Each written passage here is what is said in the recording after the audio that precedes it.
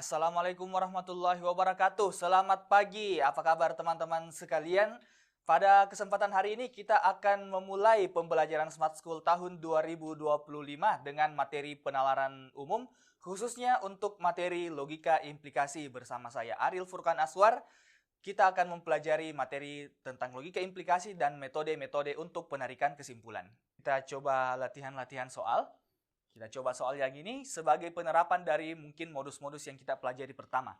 Apabila Nadira berbelanja, maka ia naik motor. Ternyata Nadira berbelanja. Maka simpulannya sudah jelas. Tanpa perlu kita rumus-rumus tadi, tanpa perlu kita buat P implikasi Q-nya.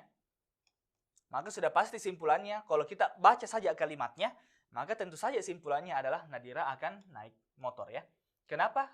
Karena penyebabnya terjadi ya.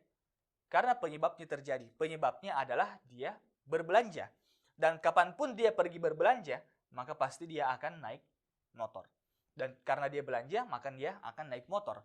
Nah, kalau kita bentuk pernyataannya dalam bentuk rumusan logika seperti ini, P implikasi Q yang mengakibatkan P, dan kita ketahui bahwasanya P adalah belanja, misalnya P-nya belanja,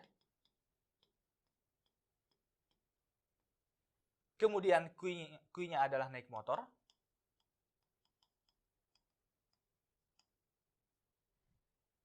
ya, maka pernyataan keduanya misalnya adalah P, maka simpulan yang dapat terjadi adalah jelas Q ya. Atau dia akan naik motor. Tadi kita sudah lihat ini namanya adalah modus ponens.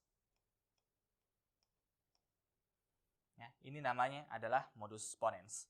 Jadi ketika P implikasi Q kemudian yang terjadi adalah P, maka simpulan yang terjadi adalah modus ponens ya. Ini adalah model modus ponens. Tapi kalau misalnya kita baca saja kalimatnya, maka kita sudah bisa simpulkan bahwasannya Nadira akan naik motor. Oke, itu untuk soal yang pertama. Jadi ini adalah bentuk soal yang sangat sederhana, soal yang sangat basic. Di UTBK itu tidak tidak semudah ini model penarikan simpulannya.